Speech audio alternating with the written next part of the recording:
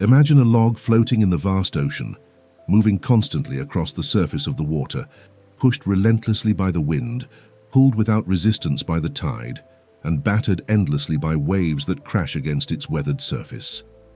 This piece of driftwood travels thousands upon thousands of miles, crossing invisible boundaries and passing through waters both calm and tempestuous, yet it arrives absolutely nowhere because it has no destination, no purpose, no internal compass guiding its journey. Now picture instead a magnificent ship equipped with a sturdy rudder and a precise compass, cutting through those very same waves with intention, ignoring those very same winds with determination, and arriving exactly, precisely, inevitably, where the captain decided before the journey even began. Most men, if we are brutally honest with ourselves, are the driftwood, logs floating aimlessly through existence, covering vast distances, but making no progress toward anything meaningful. James Allen, that extraordinary master of the mind, teaches us something profoundly different. He teaches us to become the captain, to seize the wheel of our consciousness, to set our course with unwavering clarity, and to navigate the turbulent waters of life with the precision of a navigator who knows exactly where true north lies and refuses to deviate from the chosen path. James Allen identifies aimlessness not as a harmless personality trait or an acceptable lifestyle choice, but as a genuine vice, a destructive habit that slowly corrodes the very foundation of human potential. He insists, with the authority of one who has penetrated the deepest mysteries of consciousness, that drifting through life and passively going with the flow is not the freedom that modern culture celebrates. Rather, it is a slow, insidious suicide of the soul, a gradual disintegration of everything that makes us truly human.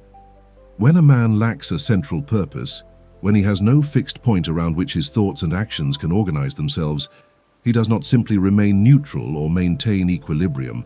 He actively disintegrates into a chaotic mixture of anxiety, paralyzing fear, and an endless succession of petty troubles that consume his energy like termites, consuming the foundation of a house. The aimless man wakes each morning without a mission, drifts through his day reacting to whatever stimulus presents itself, and collapses into sleep, having accomplished nothing that moves him closer to anything resembling a meaningful existence. This is not living, this is merely existing, and Allen recognizes it as a form of spiritual death that is all the more tragic, because the victim rarely realizes he is dying until decades have been irretrievably lost to the void of purposelessness.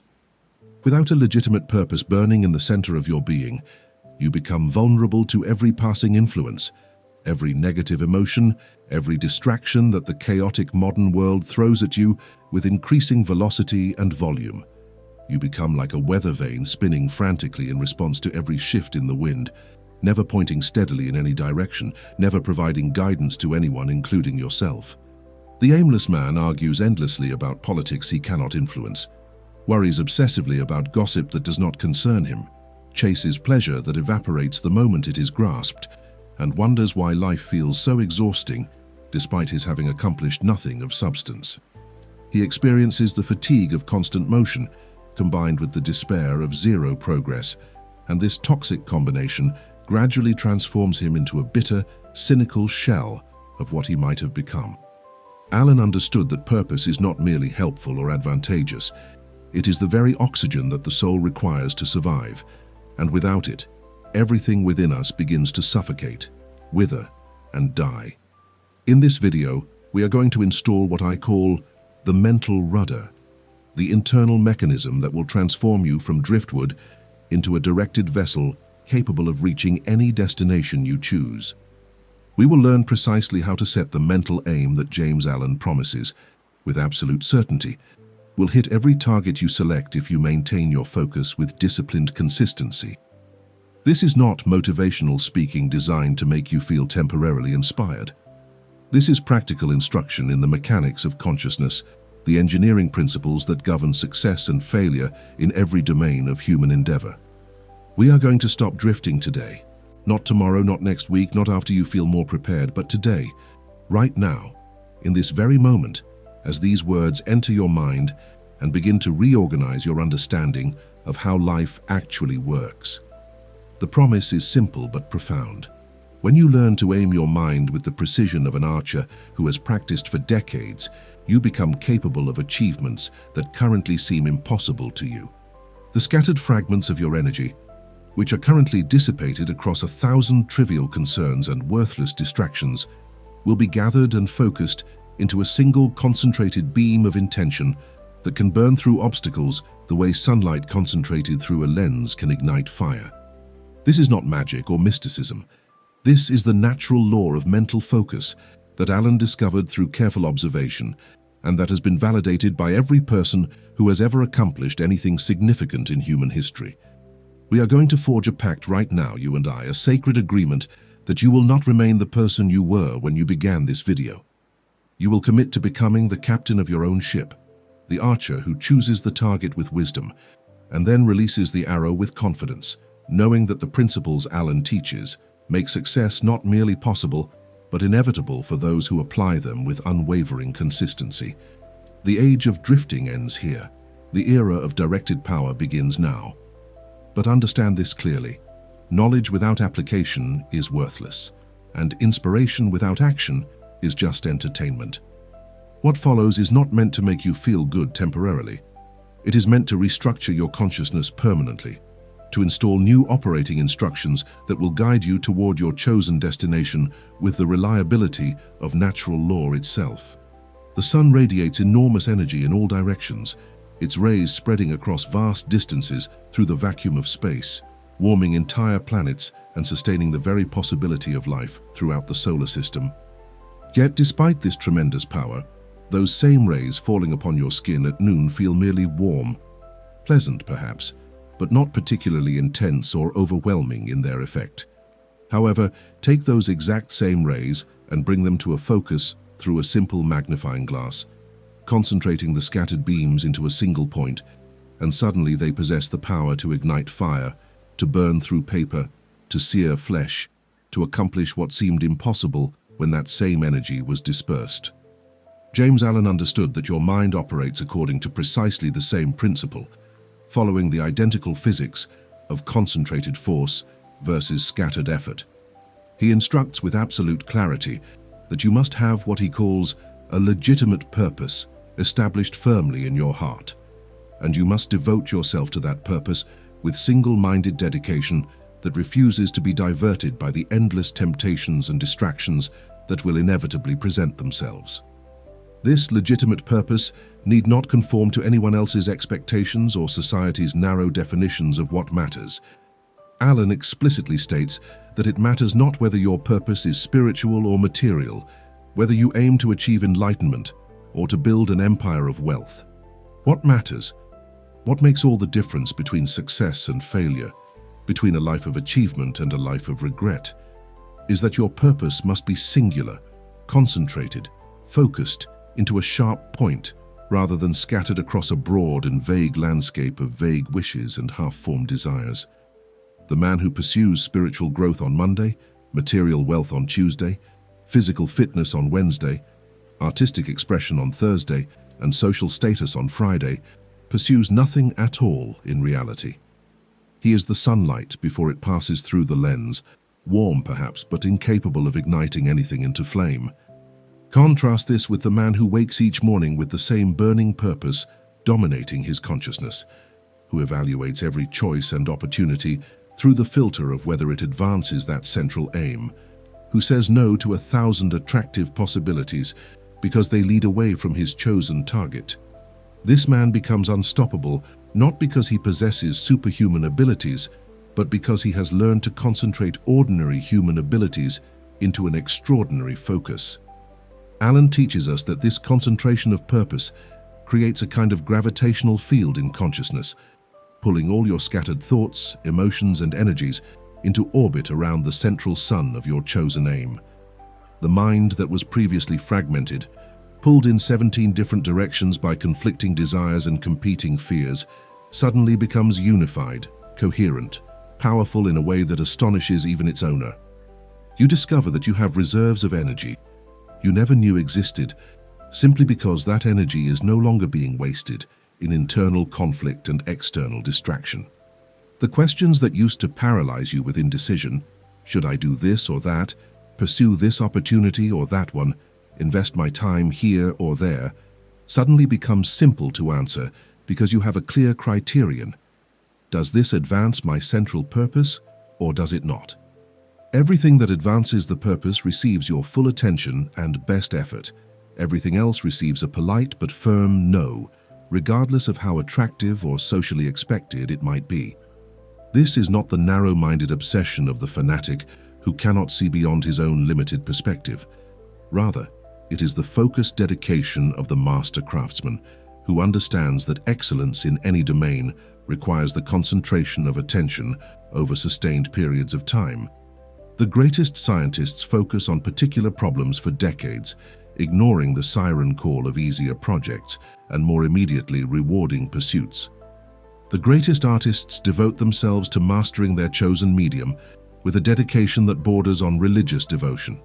The greatest entrepreneurs pursue their vision with a single-mindedness that others call crazy right up until the moment it succeeds spectacularly. Alan recognized that this pattern reveals a fundamental law of achievement. Scattered effort produces scattered results, while concentrated effort produces concentrated results. And the difference between these two outcomes is the difference between a life of frustrated mediocrity and a life of extraordinary accomplishment. Consider carefully what happens in your own consciousness when you attempt to pursue multiple major goals simultaneously.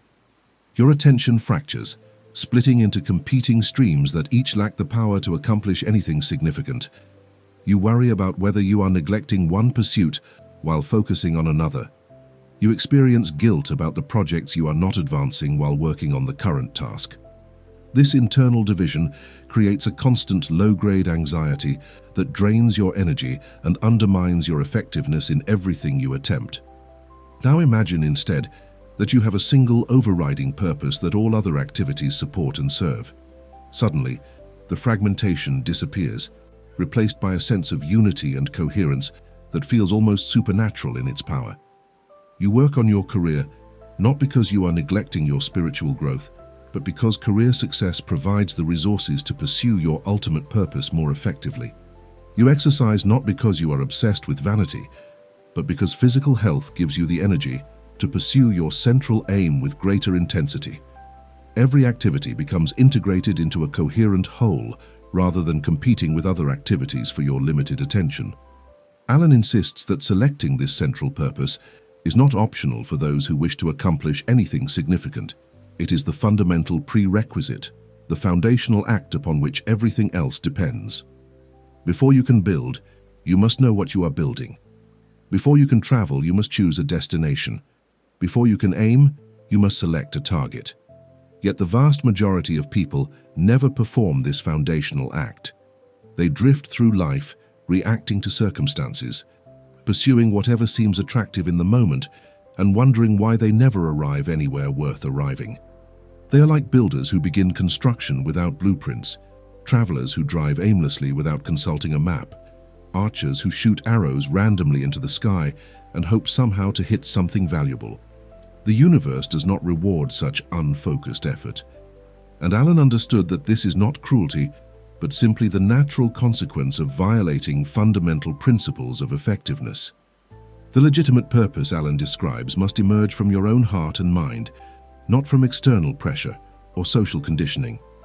It cannot be borrowed from your parents' dreams for you, copied from society's expectations of what you should pursue, or adopted from some authority figure's vision of what matters. If the purpose does not resonate in the deepest chambers of your own being, if it does not excite you when you contemplate it in solitude, if it does not pull you forward with a force that feels almost beyond your conscious control, then it is not your legitimate purpose.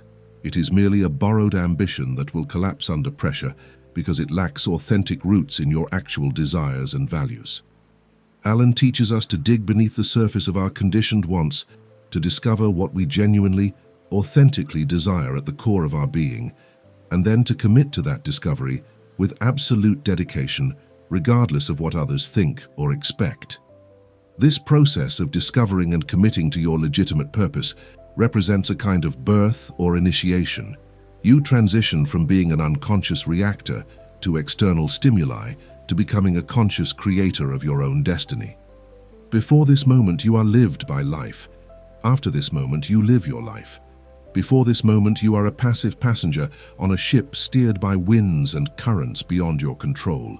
After this moment, you seize the wheel and set the course according to your own chosen destination. The difference is not subtle or minor. It is the difference between two entirely different modes of existence, two completely different experiences of what it means to be human. One mode leads to frustration, confusion, and perpetual disappointment. The other leads to clarity, power, and the deep satisfaction that comes from knowing you are steering toward something you actually care about, rather than drifting toward nothing in particular. Alan warns us that this transition is not easy or comfortable. Establishing a legitimate purpose and devoting yourself to it requires that you sacrifice the scattered pleasures of aimless drifting. You must give up the luxury of pursuing whatever seems attractive in the moment. You must release the comfortable irresponsibility of having no particular target and therefore no particular possibility of failure. You must accept the burden of commitment, the weight of purpose, the responsibility of having chosen a direction and declared that you intend to arrive at the destination you have selected. This feels heavy at first to those accustomed to drifting, but Alan teaches us that this apparent weight is actually wings, the structure that enables flight, rather than the burden that prevents it. The man with purpose discovers that he has more time than the man without purpose, not because his days contain more hours, but because he wastes no time on activities that lead nowhere. He experiences less anxiety than the drifter, not because he faces fewer challenges, but because he has clarity about what matters and what does not. He feels more energized despite working harder, not because he possesses superior genetics, but because directed effort energizes while scattered effort exhausts. These are not motivational platitudes designed to make you feel temporarily better. These are observable facts about how consciousness operates under different configurations of attention and intention. Alan discovered these principles through careful observation of successful and unsuccessful people, and he formulated them with the precision of a scientist describing natural law rather than the vagueness of a philosopher speculating about ideals. The installation of a legitimate purpose as the organizing principle of your life creates what Alan calls a fixed point in consciousness, a stable reference that allows you to navigate through the chaos and confusion that characterizes modern existence. Without this fixed point, you are like a navigator without a compass, unable to determine direction because you have no stable reference to guide your choices. Every opinion you hear seems equally valid because you have no criterion for evaluation. Every opportunity seems equally attractive because you have no clear sense of what you are trying to accomplish. Every setback seems equally devastating because you have no larger context within which to place temporary failures. But establish that fixed point, commit to that legitimate purpose with genuine dedication, and suddenly everything changes. You have a North Star by which to navigate, a measuring stick by which to evaluate opportunities, a context within which setbacks become merely data points rather than existential crises. Alan teaches that this fixed point must be more than an intellectual concept or a vague aspiration.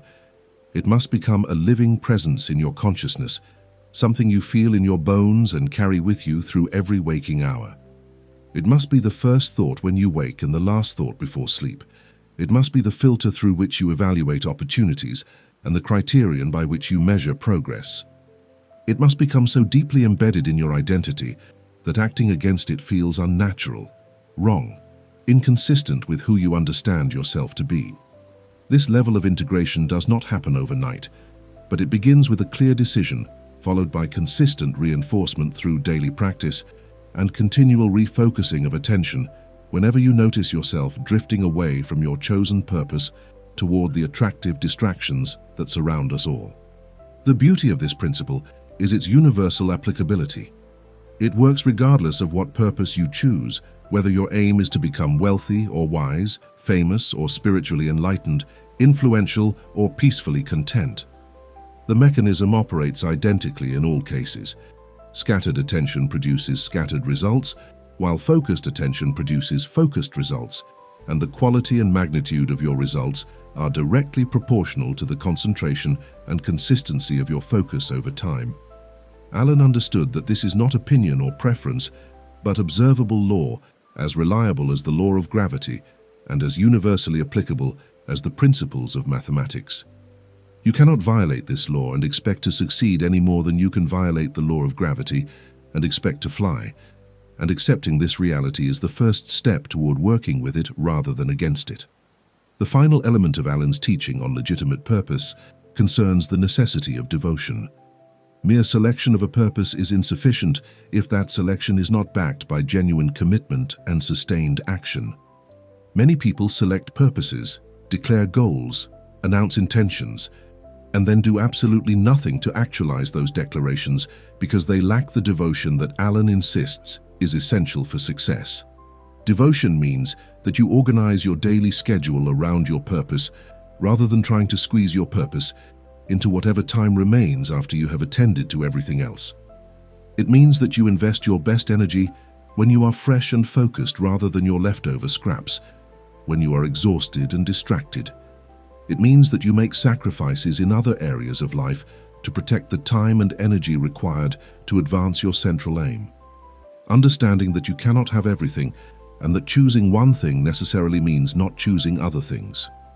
This devotion is not fanaticism or imbalance.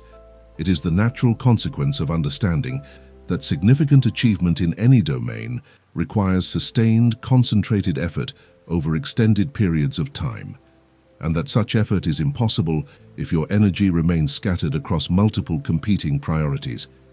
When you establish a single overriding aim and commit yourself to it with genuine devotion, something remarkable happens automatically without any additional effort on your part. You stop wasting enormous quantities of energy on things that do not matter, cannot advance your purpose, and exist only to dissipate your power into triviality and irrelevance. The drifter argues endlessly about politics he cannot influence, watching the news for hours and engaging in heated debates on social media about which politicians are virtuous and which are corrupt, which policies are brilliant and which are destructive, investing massive emotional energy into questions over which he exercises no control and which have virtually no impact on his personal circumstances.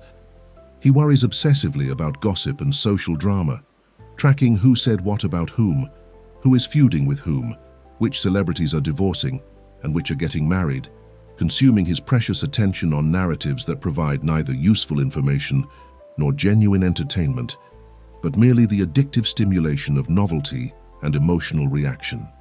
He chases cheap pleasures with desperate intensity, seeking validation through social media likes, temporary comfort through junk food and entertainment, and brief escapes through substances that dull consciousness rather than enhance it, all because he lacks a genuine purpose that would make these trivial pursuits seem as unattractive as they truly are. The hunter, by contrast, the man who has established his mental aim with clarity and committed to it with devotion, ignores everything that is not the target with an almost ruthless efficiency that might seem cold to observers, but is actually the natural expression of understanding what matters and what does not. He does not argue about politics because he recognizes that his influence over political outcomes is minimal, while his influence over his own actions and results is total, and he has made the intelligent decision to invest his energy where it can produce actual returns rather than where it will be consumed by frustration and impotent rage. He does not track gossip because he understands that other people's drama is none of his business, and that attention paid to their problems is attention stolen from his own goals. He does not chase cheap pleasures because he is experiencing the profound satisfaction that comes from making steady progress towards something he genuinely cares about. A satisfaction so much deeper and more sustainable than any temporary pleasure that the comparison seems almost absurd once you have experienced both. This concentration of force, this gathering of scattered energy into focused intention and directed action, makes the hunter unstoppable in a way that seems almost supernatural to those who remain drifters and cannot understand what has changed. The drifter looks at the hunter and sees someone who is somehow luckier, more talented, more privileged, more gifted by genetics or circumstances, with advantages that explain his superior results.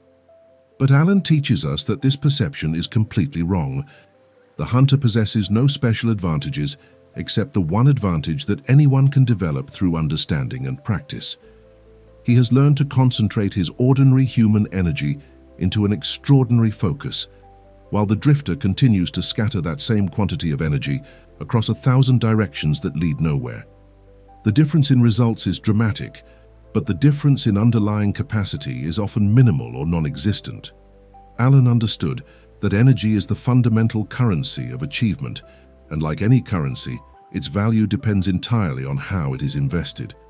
You can take $1 million and scatter it across 1,000 trivial purchases, ending up with nothing of lasting value despite having started with substantial resources. Or you can take that same $1 million and invest it strategically in assets that generate returns, carefully selecting only those opportunities that advance your central purpose and declining all others regardless of how attractive they might seem in isolation. The second approach creates wealth. The first creates clutter and disappointment. Your mental and physical energy operates according to the identical principle: scatter it, and you create nothing. Concentrate it, and you create whatever you aim at with sufficient persistence and consistency. The elimination of waste that occurs automatically when you establish a clear aim is not a minor benefit or pleasant side effect. It is perhaps the primary mechanism by which purpose translates into achievement. The average person wastes staggering quantities of energy every single day on activities that produce no value. Scrolling mindlessly through social media, watching news programs that deliver no actionable information, engaging in conversations that go nowhere and accomplish nothing, worrying about situations over which they have no control, planning actions they will never take, and fantasizing about outcomes they will never pursue. Alan teaches us that these energy leaks must be sealed if we are to accomplish anything significant, and the most effective way to seal them is not through willpower or discipline in the conventional sense, but through the establishment of a purpose so compelling that trivial distractions lose their attractive power automatically. Consider what happens in your own experience when you are genuinely excited about a project or goal. Suddenly, activities that normally consume hours of your time seem boring and unattractive. You feel pulled toward working on your project rather than pushed toward avoiding other things. You say no to invitations and opportunities that would normally tempt you because you genuinely prefer to invest that time in your chosen pursuit. This is not sacrifice in the traditional sense. It is the natural prioritization that emerges when you have something you care about more than the alternatives. Alan recognized that this is the key to sustainable achievement. Find a purpose compelling enough that pursuing it feels more attractive than all the trivial distractions that surround you, and the problem of wasted energy solves itself automatically without requiring heroic willpower or constant self-denial. The drifter lacks this natural protection against waste because he has no compelling purpose to compare against the attractions of triviality, and therefore every distraction seems equally valid, every pleasure seems equally worth pursuing, every opportunity seems equally deserving of attention. He is like a child in a candy store who wants to taste everything and therefore makes himself sick, whereas the hunter with his clear aim is like an adult who knows exactly what he came to purchase and walks past all the colorful distractions without even noticing them because his attention is fixed on his target. This is not superior self-control. This is superior clarity about what matters. And Alan teaches us that clarity is more powerful than willpower because it operates automatically rather than requiring constant conscious effort. The concentration of force that results from having a single aim creates what physicists would call a positive feedback loop. As you focus your energy on your chosen purpose, you make progress, and that progress reinforces your commitment, which increases your focus, which accelerates your progress, which further reinforces your commitment. The drifter experiences the opposite dynamic, a negative feedback loop, where lack of progress undermines commitment, which increases distraction, which prevents progress, which further undermines commitment. These two trajectories diverge rapidly over time, producing dramatically different outcomes from what might have been quite similar starting points. Two people with identical talents, identical resources, and identical opportunities can arrive at completely different destinations simply because one learned to concentrate their force while the other continued to scatter it.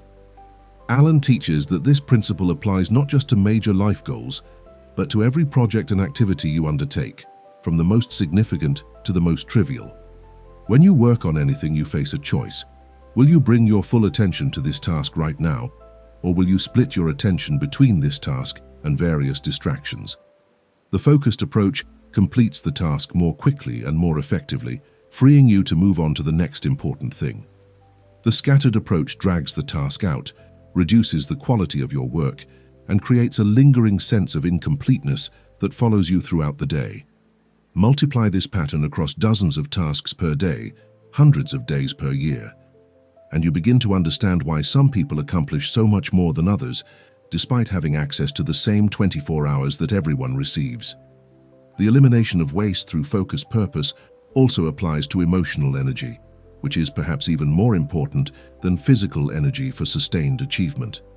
The drifter experiences wild emotional swings because he has no stable reference point from which to evaluate events.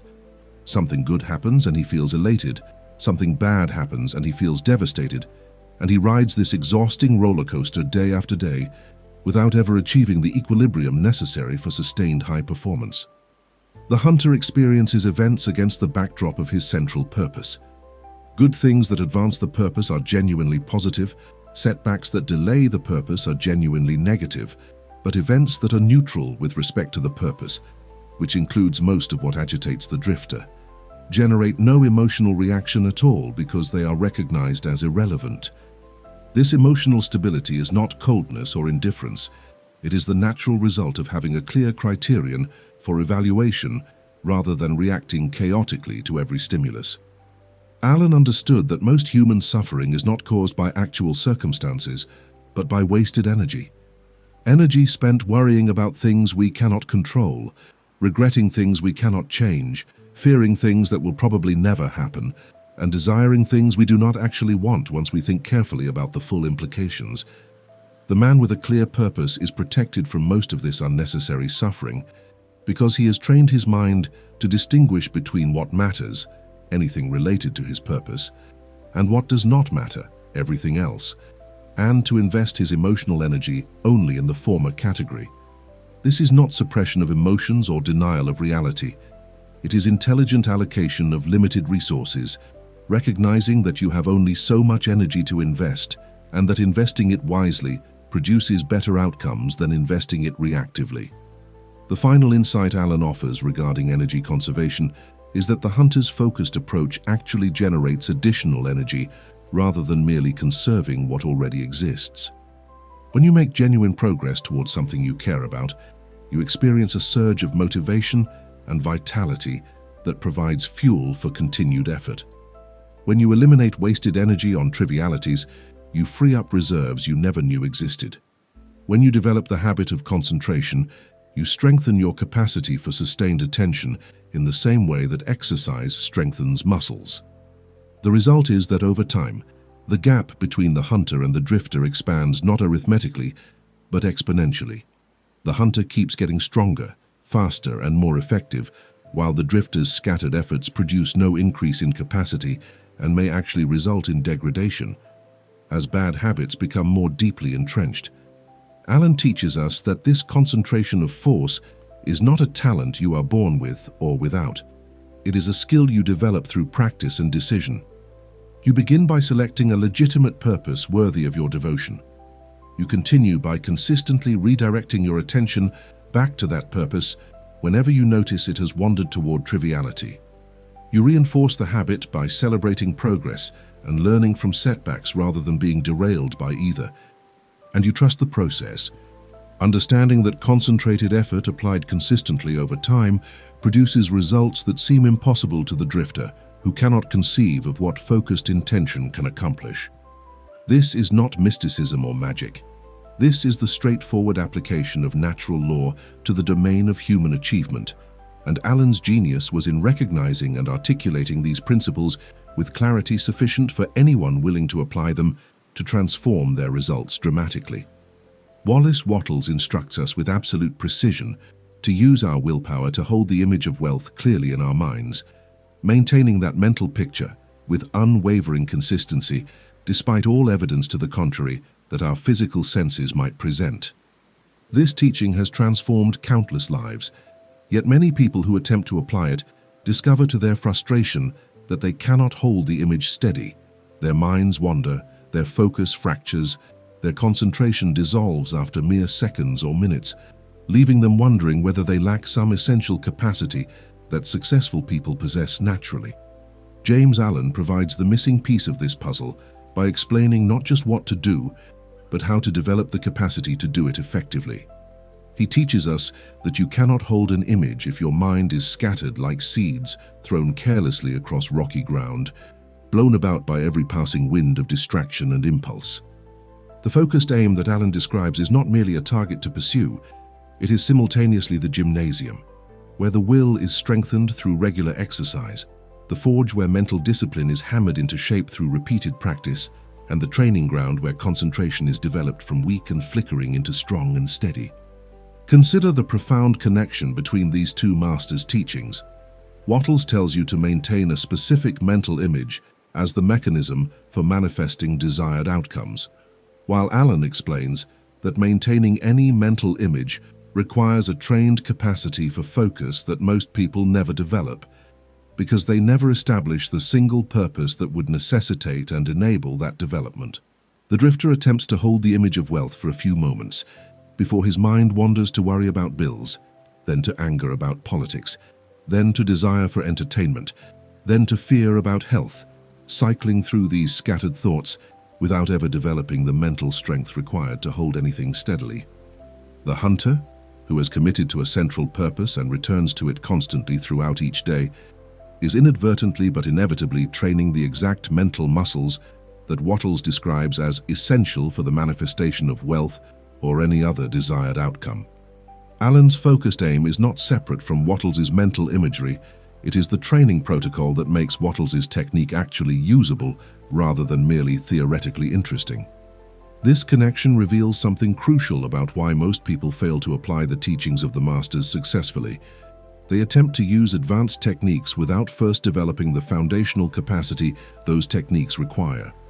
They are like aspiring weightlifters who attempt to lift championship-level weights on their first day in the gym, failing immediately and concluding that the technique doesn't work, rather than recognizing that they need to build strength gradually through consistent practice with lighter weights before attempting the heavy loads.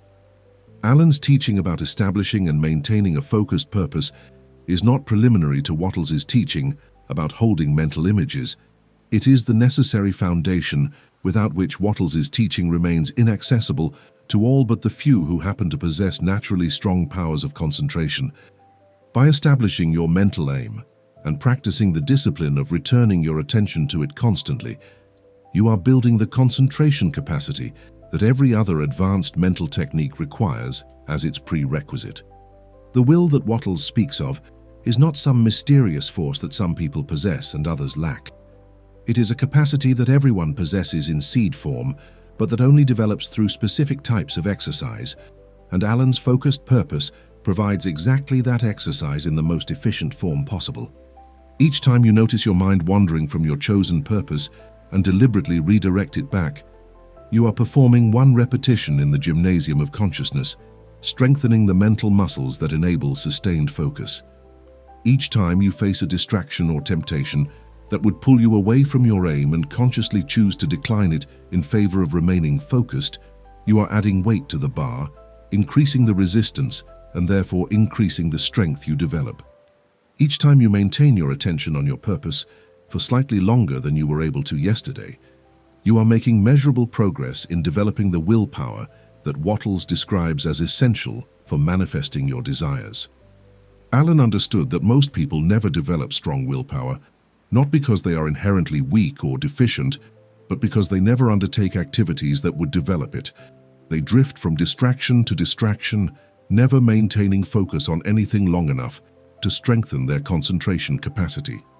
They are like people who never exercise, wondering why they lack physical strength, or people who never practice an instrument, wondering why they cannot play music. The capacity exists potentially within them, but potential unrealized through practice remains forever dormant, leaving them convinced that they simply lack what others possess rather than recognizing that they have never done the work required to develop what they could possess. The establishment of a focused purpose is not optional for those who wish to develop willpower. It is the only method that actually works, the only training protocol that produces results, the only path from scattered attention to concentrated focus.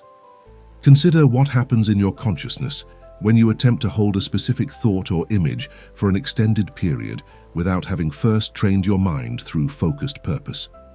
Within seconds, your attention begins to drift. A random memory surfaces, a worry intrudes, a desire for comfort or stimulation pulls you toward checking your phone or seeking entertainment. You become aware of physical sensations, an itch, a sound, a smell that seem to demand immediate attention. You find yourself thinking about what you need to do later today, or what happened yesterday, or what might happen next week. The attempt to hold the image collapses under the weight of these competing stimuli, leaving you frustrated and convinced that you lack the capacity for sustained focus. But this failure is not evidence of inherent incapacity. It is simply evidence that you are attempting an advanced technique without having first developed the foundational strength it requires. Now consider what happens when you have spent weeks or months practicing the discipline of maintaining focus on a central purpose. You have trained your mind to recognize when it wanders and return it promptly to your chosen aim.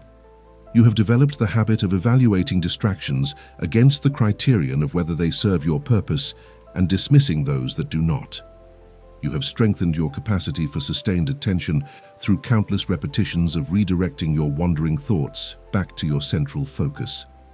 Now, when you attempt to hold a specific image as Wattles instructs, you discover that you can maintain it for minutes or even hours because you have built the mental strength required for this task. The image remains stable, not through supernatural power, but through trained capacity. The same way a physically trained athlete can perform feats that seem impossible to the untrained observer, but are actually the natural result of systematic development. Allen teaches that this development of willpower through focused purpose creates a virtuous cycle that accelerates over time. Initially, maintaining focus on your purpose feels difficult and requires constant conscious effort. You must vigilantly monitor your attention and repeatedly redirect it when it wanders. But as you persist in this practice, something remarkable happens. The focused state begins to feel natural, comfortable, even effortless, while the scattered state begins to feel uncomfortable, draining, and unproductive. Your mind develops a preference for concentration because it begins to associate concentration with progress and satisfaction, while it develops an aversion to distraction because it begins to associate distraction with frustration and wasted time. This shift in preference means that maintaining focus requires less and less conscious effort over time, freeing up mental resources for other tasks, while your concentrated attention on your purpose operates almost automatically in the background of consciousness. The connection between Allen's teaching and Wattles's teaching extends beyond mere compatibility to reveal a profound truth about the architecture of human achievement. All advanced techniques for manifesting outcomes, whether described in practical or metaphysical terms, require a foundation of developed concentration capacity, and the most efficient way to develop that capacity is through establishing and maintaining focus on a legitimate central purpose. This is not mystical or mysterious. It is straightforward cause and effect, as reliable as any physical law. Just as you cannot build a tall structure without first establishing a solid foundation, you cannot successfully apply advanced mental techniques without first developing the foundational capacity for sustained focus that those techniques require. Allen provides the blueprint for that foundation, teaching us exactly how to train the mind for concentration through the practice of maintaining attention on a chosen purpose. This understanding transforms how you approach both Allen's teaching and Wattles' teaching. You recognize that they are not separate or competing methods, but complementary components of a unified system for developing and directing human potential. Allen teaches you to establish your purpose and train your concentration. Wattles teaches you to use that trained concentration to hold specific images that manifest as desired outcomes. Attempting to apply Wattles without Allen is like attempting to lift heavy weights without first building strength, theoretically possible, but practically unsuccessful for most people. Combining Alan's foundational training with Wattles' advanced technique creates a complete system that actually works in practice rather than merely sounding appealing in theory. And this integration is what separates those who achieve remarkable results from those who remain trapped in frustration despite studying the same teachings. Alan also helps us understand why some people seem to naturally possess strong willpower, while others struggle with weak concentration. The former have inadvertently trained their minds through activities that required sustained focus, perhaps through sports, arts, academic study, or work that demanded concentration, while the latter have spent their lives in scattered activities that provided no training for the concentration capacity. This is not fixed destiny, but current condition, and current condition can be changed through the same training that created it in the first place. The person with weak concentration can develop strong concentration through establishing a purpose and practicing sustained focus on it, while the person with naturally strong concentration can become even more powerful by deliberately applying their developed capacity to specific purposes rather than allowing it to operate randomly. The practical implication is clear. If you wish to successfully apply Wattles' teaching about holding mental images or any other advanced technique that requires sustained focus, you must first undertake Alan's discipline of establishing a central purpose and training your concentration through regular practice, of maintaining attention on that purpose. This is not an optional preliminary step you can skip in favor of jumping directly to the advanced techniques. It is the necessary foundation without which the advanced techniques remain inaccessible. Begin today by selecting your legitimate purpose clearly and committing to it firmly. Then practice hour by hour and day by day the discipline of noticing when your mind wanders from that purpose and promptly redirecting it back. This simple practice, repeated consistently over weeks and months, will develop the concentrated willpower that every master describes as essential for achievement, and you will discover that techniques which seemed impossible when you started have become accessible and effective now that you possess the trained capacity required to apply them successfully. The beauty of this system is its self-reinforcing nature. As you develop concentration through focusing on your purpose, you make progress toward that purpose, which reinforces your commitment and makes maintaining focus easier. As maintaining focus becomes easier, you develop even stronger concentration, which enables even greater progress, which further reinforces your commitment in an upward spiral of increasing capacity and accelerating achievement. This is why people who have mastered concentration seem to operate at a completely different level than those who remain scattered. They are not fundamentally different beings with different capacities. They have simply developed through practice abilities that everyone possesses potentially, but few people actually cultivate. And the compound effect of that development over time creates results that seem almost magical to observers who do not understand the underlying mechanism. Alan's final insight on this connection concerns the universality of the principle. Whether you wish to manifest wealth as Wattles teaches, or achieve any other goal through any other method, the fundamental requirement remains identical. You must be able to hold your attention steadily on what you are trying to accomplish, despite all the distractions and discouragements that will inevitably arise. This capacity to hold attention steadily is not distributed randomly among the population. It is developed systematically through practice, and the most efficient practice is maintaining focus on a central purpose that matters enough to you that you are willing to keep returning your attention to it even when it wanders. This is the bridge between Alan and Wattles, between foundation and advanced technique, between theoretical knowledge and practical achievement. And crossing this bridge is the essential transition you must make if you wish to transform your life, rather than merely understand interesting concepts that never produce actual results. Alan teaches with uncompromising clarity that failure is not an accident, not bad luck, not the result of external circumstances beyond your control, but rather the inevitable mathematical consequence of a dispersion of effort, the scattering of your limited energy across too many directions, none of which receives sufficient concentrated force to produce the breakthrough that would lead to success. This is perhaps the most liberating truth you will ever encounter, because it removes failure from the category of mysterious misfortune and relocates it to the category of correctable error, transforming what seemed like an unchangeable curse into a solvable problem. By fixing your mental aim with laser-like clarity and unwavering consistency, by selecting your target with wisdom and then refusing to allow your attention to drift away from it toward more attractive but ultimately irrelevant alternatives, you make failure mathematically impossible over the long term because you have eliminated the fundamental cause of failure, which is the dissipation of force through scattered effort. This does not mean you will never miss the bullseye on your first shot, or your 10th shot, or even your 100th shot. Alan is far too honest and reality-based to promise immediate perfection to those who are just beginning to develop their focusing capacity. But what it does mean, what Alan promises with absolute certainty, based on his observation of how natural law operates in the domain of human achievement, is that because you are still aiming at the same target after each miss, because you maintain your focus on the purpose, despite temporary setbacks, you automatically adjust your technique based on feedback from previous attempts, and this adjustment process inevitably leads you closer and closer to the target until you finally hit it dead. Center.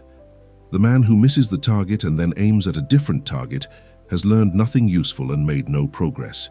The man who misses the target and then maintains his aim while adjusting his technique has taken a step forward, even though he has not yet achieved the final result. And if he continues this process with patience and persistence, his eventual success becomes not merely possible, but inevitable. This principle transforms your entire relationship with what most people call failure, revealing it not as the opposite of success, but as part of the process that leads to success. Data rather than defeat, information rather than invalidation. When you have established your mental aim clearly and committed to maintaining focus on it regardless of temporary outcomes, each failure becomes simply feedback, information about what does not work, which narrows the field of possibilities and brings you closer to discovering what does work. The archer who adjusts his aim after each miss is not failing repeatedly. He is systematically eliminating incorrect approaches while honing in on the correct one, and this process is success in progress rather than failure repeated. Alan understood that most people abandon their aims after a few unsuccessful attempts precisely because they have not established the kind of clear, committed focus that would enable them to persist through the adjustment period required for eventual success. Consider the profound difference between two responses to an unsuccessful attempt. The drifter, who never established a clear aim in the first place, and who therefore has no compelling reason to persist through difficulty, interprets the unsuccessful attempt as evidence that he should give up, try something else, seek an easier path, or conclude that success is not meant for him. He views the miss as a sign from the universe that he should aim at a different target, and so he shifts his aim constantly, never staying focused on any single target long enough to develop the refined technique that would eventually hit it. His entire life becomes a series of abandoned attempts, and he accumulates no skill, no progress, no results worth mentioning because he never maintains his focus long enough for the adjustment process to work its inevitable magic. The hunter, by contrast, who has established his mental aim with clarity and committed to it with genuine dedication, interprets the unsuccessful attempt as valuable information about what needs to be adjusted in his technique or timing or approach. He views the miss not as a reason to change targets, but as a reason to refine his aim, strengthen his concentration, adjust his methods, and try again with improved understanding of what the target requires. His entire life becomes a progressive refinement of technique, aimed at hitting the same target with increasing accuracy, and he accumulates skill, wisdom, and eventually results because he maintains his focus long enough for the natural process of adjustment and improvement to produce mastery. The difference in outcomes between these two approaches over a lifetime is not minor or subtle. It is the difference between comprehensive failure and comprehensive success, between a life of regret and a life of achievement. Alan teaches that the adjustment process requires time and patience, which the modern world's addiction to instant gratification makes difficult for most people to provide. We have been conditioned to expect immediate results from minimal effort, to abandon any pursuit that does not produce quick wins, to constantly seek the easiest path and the fastest payoff. This conditioning makes us exceptionally poor at the kind of sustained, focused effort that significant achievement requires, because we quit long before the adjustment process has time to work. We are like farmers who plant seeds and then dig them up after 3 days to check whether they are growing, killing the very process we claim to want to succeed through our impatient interference with natural development. Alan insists that you must give the process time to work, must maintain your aim while making adjustments, must trust that persistent focus on a worthy target will eventually hit that target, even if early attempts fall wide of the mark. The mathematical impossibility of long-term failure that Alan describes rests on a simple but profound principle. If you aim at the same target consistently while adjusting your approach based on feedback, you cannot avoid eventually hitting the target unless you quit before the process completes. This is not motivational speaking or optimistic philosophy. It is mathematical certainty based on how systems that incorporate feedback work over time.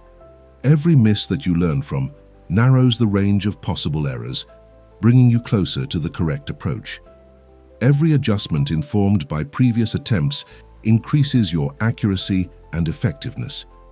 The only way to permanently fail when following this process is to abandon the target before you hit it, which means that the cause of failure is not lack of ability or bad circumstances, but premature abandonment of the aim. This understanding should fundamentally alter how you view challenges and setbacks in pursuit of your goals. When you miss the target, your first response should not be to question whether you chose the right target or to consider aiming at something else. It should be to analyze what you learned from the miss and how you can adjust your next attempt to be more accurate. This analytical, learning-focused response to setbacks is what separates those who eventually succeed from those who remain trapped in cycles of starting and stopping, enthusiasm and discouragement, beginning and abandoning. The successful person is not the one who never misses. He is the one who keeps aiming at the same target while learning from each miss until he finally hits it and then moves on to an even more challenging target to repeat the process at a higher level. Alan also teaches that this principle applies not just to major life goals, but to every task and challenge you face, from the most significant to the most trivial. When you approach any activity with a clear aim and a commitment to maintain that aim while adjusting your approach based on feedback, you tap into the same natural law that produces eventual success regardless of the specific domain. The student who maintains focus on mastering a subject while adjusting his study methods based on test results eventually masters that subject. The athlete who maintains focus on improving performance while adjusting training methods based on competition results eventually achieves peak performance. The entrepreneur who maintains focus on building a successful business while adjusting strategies based on market feedback eventually builds that business. The mechanism is identical in all cases, and the results are similarly inevitable for those who persist through the adjustment period. The prevention of failure through focused aim also provides protection against one of the most common sources of failure: distraction by more attractive alternatives. When you have not established a clear aim and committed to it firmly, every new opportunity or possibility seems potentially better than what you are currently pursuing, and you find yourself constantly switching directions in pursuit of greener grass that always turns out to be just as brown as what you left behind. Alan teaches that this constant switching prevents you from ever staying with anything long enough to succeed at it, creating a pattern of serial failure disguised as open-minded exploration. By contrast, when you have fixed your mental aim clearly and committed to it genuinely, new opportunities are evaluated against the criterion of whether they advance your aim, and most are rejected not because they are bad, but simply because they would require you to abandon or dilute your focus on the target you have already chosen. This protection against distraction is invaluable because we live in an age of unprecedented opportunity and therefore unprecedented distraction. Every day brings new possibilities, new ideas, new chances to pursue something different, and without a clear aim to anchor you, these constant options create paralyzing confusion and scattered effort. Alan's teaching provides the antidote: select your target wisely. Commit to it firmly, and then evaluate all new opportunities through the single criterion of whether they advance you toward that target. This simple filter eliminates 90% of the decisions you face and allows you to concentrate your energy on the 10% that actually matters, which is exactly the concentration that makes success inevitable over time. The final element of Alan's teaching on the prevention of failure concerns the development of what he calls judgment, the capacity to distinguish between approaches that are moving you toward your target and approaches that are leading you away from it, between adjustments that improve accuracy and adjustments that decrease it. This judgment does not emerge automatically or instantaneously. It develops gradually through the process of maintaining your aim while experimenting with different approaches and carefully observing the results. The drifter never develops this judgment because he never maintains focus on any single target long enough to accumulate the feedback required to develop discernment. The hunter develops extraordinary judgment over time because his sustained focus on a single target allows him to see patterns, recognize what works and what does not, and refine his approach with increasing sophistication based on accumulated experience. Alan understood that this development of judgment is one of the most valuable benefits of maintaining a focused aim, perhaps even more valuable than achieving the specific target you initially selected. When you develop the capacity to aim clearly, persist patiently, adjust intelligently based on feedback, and eventually hit your target through this process, you have not merely achieved one specific goal. You have developed a transferable skill that you can apply to any goal you subsequently choose. You have learned how to learn, how to persist, how to adjust, how to succeed, and these meta skills remain with you for life, regardless of what specific targets you aim at in the future. This is why people who have succeeded at one challenging goal often succeed at many others. They have developed through the process of achieving the first goal the very capacities required to achieve any goal they aim at with similar focus and commitment. The mathematical impossibility of long-term failure when you maintain focused aim is perhaps the most empowering teaching in all of Alan's work because it removes uncertainty from the equation and replaces it with a simple formula. Select your target, maintain your aim, adjust your approach based on feedback, persist until you hit the target. This formula works without exception for anyone who applies it with genuine commitment and sufficient patience, which means that your success is not subject to luck, circumstances, genetics, connections, or any other factor beyond your control. It is subject only to your willingness to select a target and maintain your focus on it while making intelligent adjustments until you hit it. This transforms success from a mysterious outcome that some people somehow achieve and others somehow fail to achieve into a straightforward process that anyone can execute who understands the principles and commits to applying them consistently over whatever time period proves necessary. The shortest distance between 2 points is a straight line. This is perhaps the most fundamental principle in geometry, taught to school children and accepted universally as mathematical truth. Yet when we examine how most people attempt to move from where they are to where they want to be, we discover that they rarely travel in straight lines. Instead, they follow paths that curve, circle back, zigzag unpredictably, and sometimes loop entirely back to the starting point, despite months or years of effort.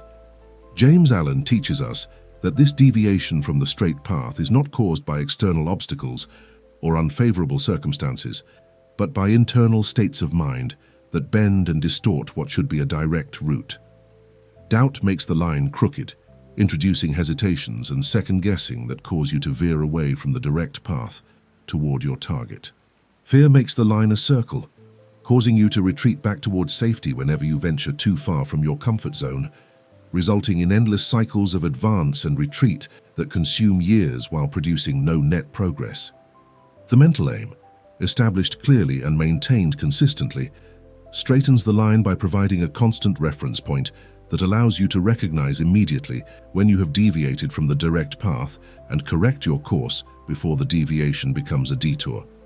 Think of it as a compass that always points toward your chosen destination, or better yet, as a magnetic force that pulls you continuously toward your target, despite all the various pushes and pulls that try to divert you in other directions. Without this fixed reference, you cannot tell whether you are moving toward your goal or away from it, whether you are making progress or merely creating the illusion of motion through frantic activity that leads nowhere.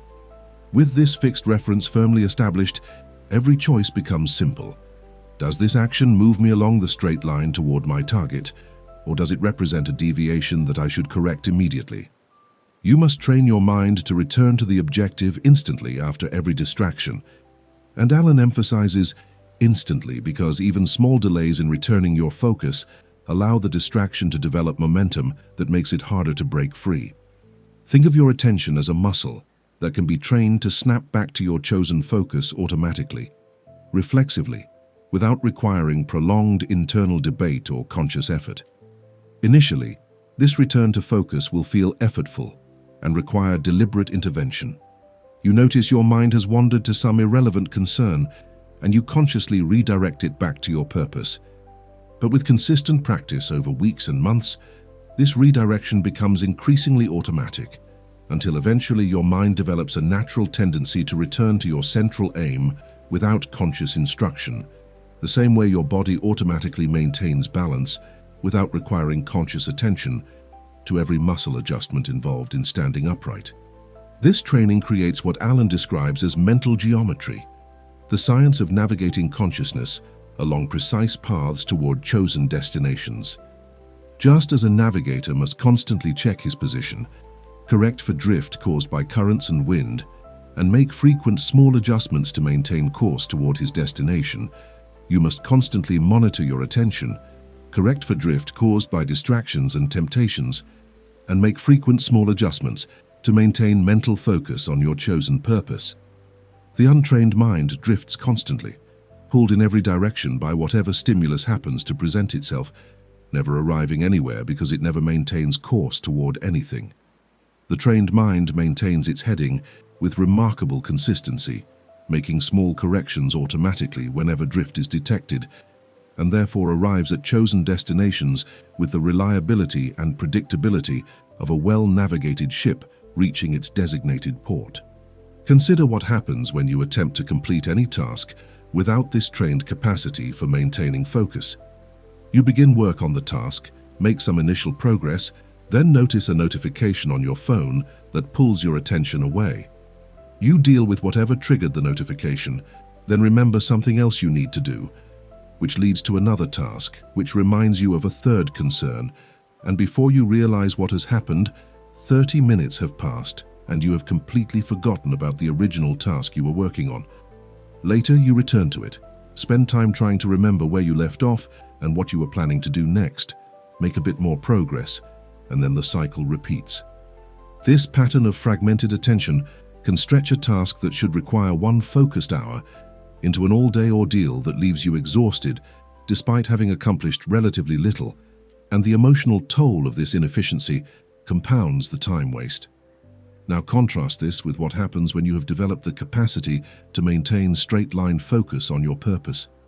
You begin work on the task, and when distractions present themselves, and they will constantly, because we live in an age deliberately designed to fragment attention, you notice them, but immediately redirect your focus back to the task without allowing the distraction to capture your attention.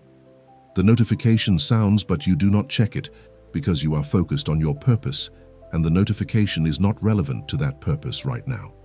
A random thought surfaces, but instead of following it down a rabbit hole of associated memories and concerns, you acknowledge it and let it pass while maintaining focus on your current task.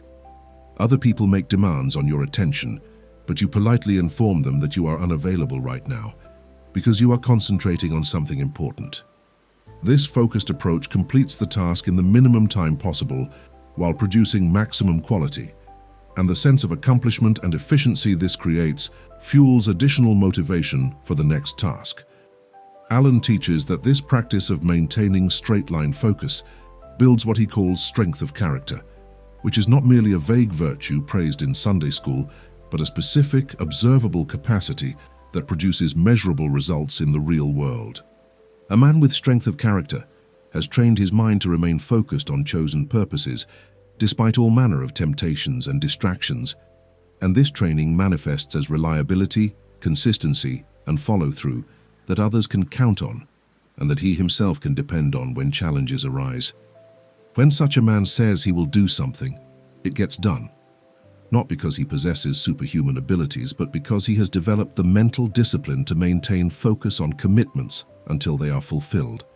When he sets a goal, he achieves it, not because he faces fewer obstacles than others, but because he maintains straight-line focus on the goal, while others allow obstacles to divert them onto crooked paths that lead nowhere. This strength of character that emerges from practiced focus creates a kind of magnetism that Alan describes with remarkable insight. Others sense your direction, perceive that you know where you are going and how you intend to get there, and this clarity of purpose triggers an instinctive response. They either move out of your way to avoid being run over by your focused momentum, or they fall in behind you to help, because people are naturally attracted to clarity and direction in a world full of confusion and aimlessness. The man without clear aim must constantly convince and cajole others to assist him because they sense his uncertainty and hesitate to invest their energy in his scattered efforts. The man with focused aim finds that others volunteer their assistance without being asked because they recognize someone who knows what he is doing and where he is going, and people want to be part of successful ventures rather than failed ones. This magnetic quality is not charisma in the conventional sense. It is not about being charming or entertaining, or particularly likable in social situations. It is something deeper and more powerful, the unmistakable presence of directed purpose that communicates itself through everything you do and say, even when you are not explicitly talking about your goals. It shows in how you carry yourself, how you make decisions, how you respond to setbacks, how you allocate your time, how you choose what to focus on and what to ignore. People who possess this quality seem to have more hours in their day than others, not because they sleep less, but because they waste no time on activities that do not advance their purposes.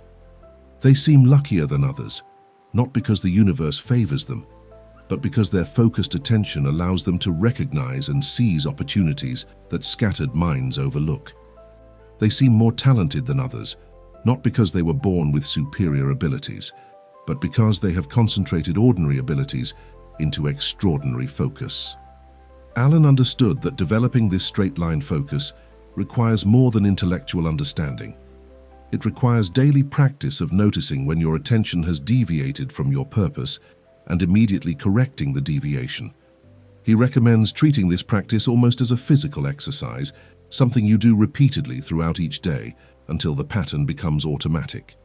Every time you catch your mind wandering from your chosen focus, you bring it back, and this single repetition strengthens your capacity for sustained attention. Over time, you will find that your mind wanders less frequently because it has developed a preference for the focused state, recognizing through experience that focused attention produces better feelings and better results than scattered attention produces. The geometry of the straight line also teaches us something important about efficiency. Any deviation from the direct path between where you are and where you want to be represents wasted motion, wasted time, and wasted energy. When you allow doubt to introduce hesitation into your progress, you slow your forward momentum and might even stop entirely, losing the compound benefit of sustained motion.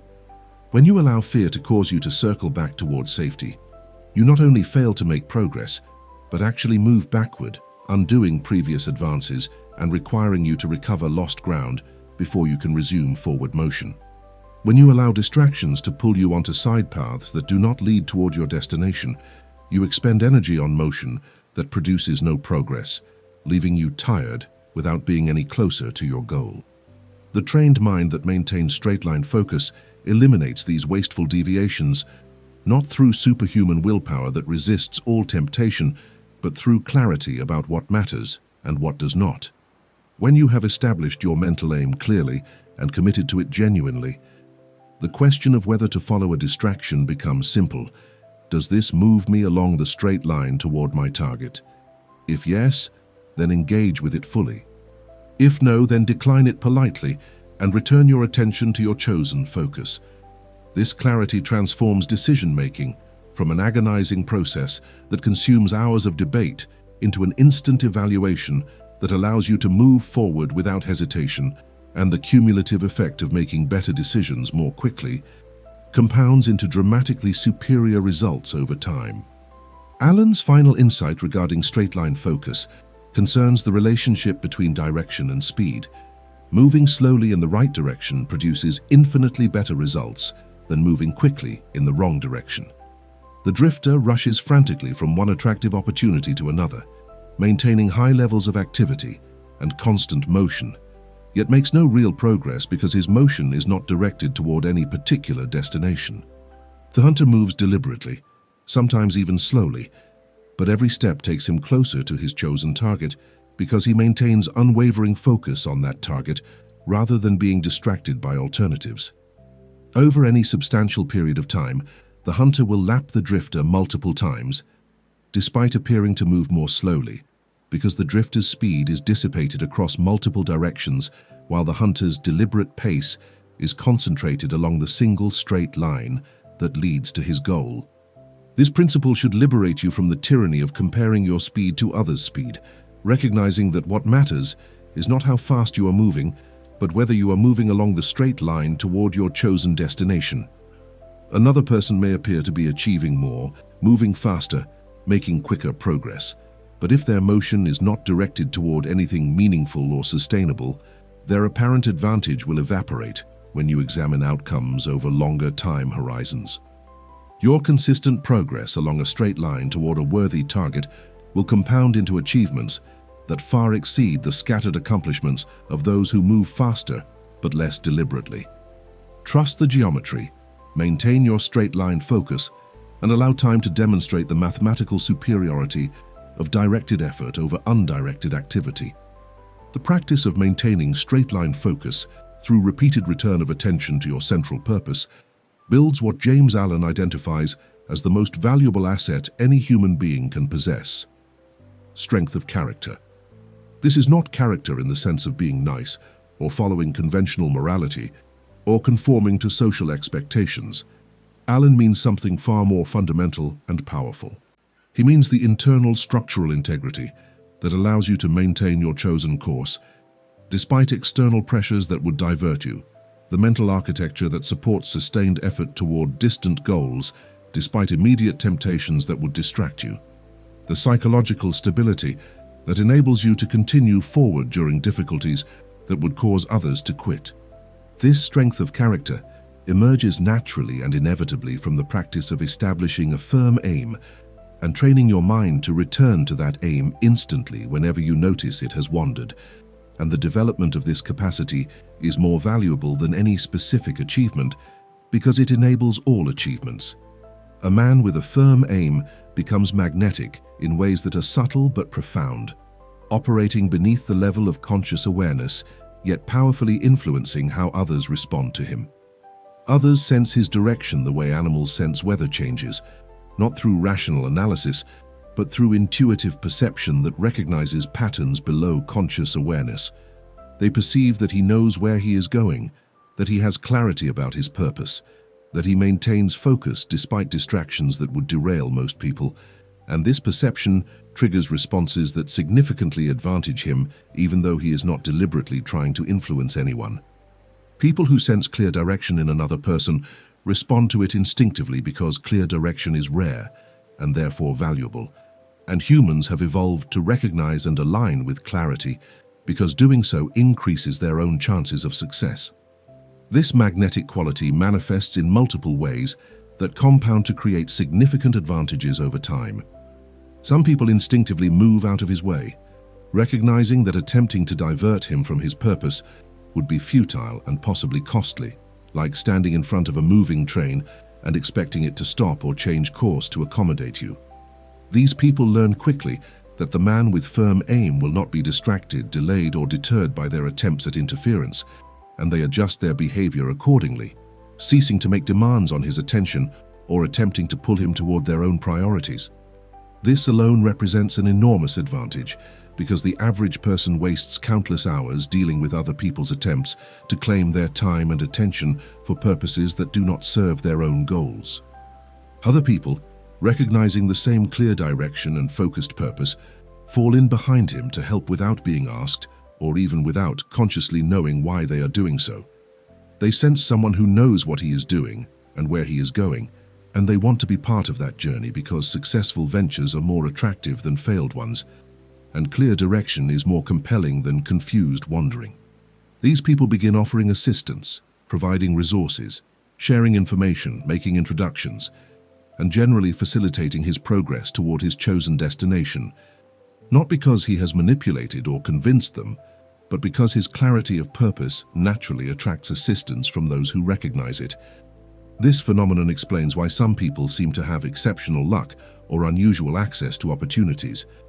They have developed through focused purpose a magnetism that draws opportunities and assistance toward them rather than having to constantly seek these things out.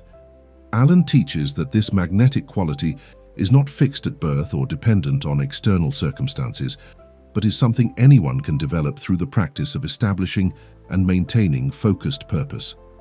The person who currently seems invisible or overlooked by others, who struggles to attract assistance or cooperation, who feels like they are pushing a boulder uphill while others glide effortlessly forward, is not inherently less capable or valuable. They simply lack the focused purpose that would create the magnetic quality others respond to. By establishing their mental aim clearly and practicing the discipline of maintaining attention on that aim despite distractions, they begin to develop the same magnetism that seems to come naturally to those who have already developed it, and over time, the difference in how others respond to them becomes dramatic. This strength of character that Alan describes as emerging from focused purpose also provides protection against one of the most common causes of failure: the tendency to quit when things become difficult or progress seems slow. The man without firm aim quits easily because he has no compelling reason to persist. When obstacles arise or results disappoint, he simply shifts to pursuing something else that seems more attractive or less difficult in the moment. This pattern of serial quitting prevents him from ever developing the deep skills and accumulated progress that come from sustained effort on a single aim, leaving him perpetually starting over rather than building on previous progress. The man with firm aim persists through difficulties, not because he possesses superior willpower or pain tolerance, but because his clear sense of purpose provides context and meaning that transform temporary setbacks from reasons to quit into problems to solve. Consider the different emotional experience of facing an obstacle when you have versus haven't established a firm aim. Without a firm aim, the obstacle seems like a sign that you should give up, try something else, or conclude that success is not meant for you. You have no strong reason to push through the difficulty because you were never fully committed to the outcome in the first place. With a firm aim that you have committed to genuinely, the same obstacle is just data. Information about what you need to learn, develop, or adjust to continue progress toward your chosen destination. The obstacle does not trigger emotional crisis or existential doubt because you have already decided that you are going to achieve this aim, and the only question is what you need to do differently to get past this particular challenge.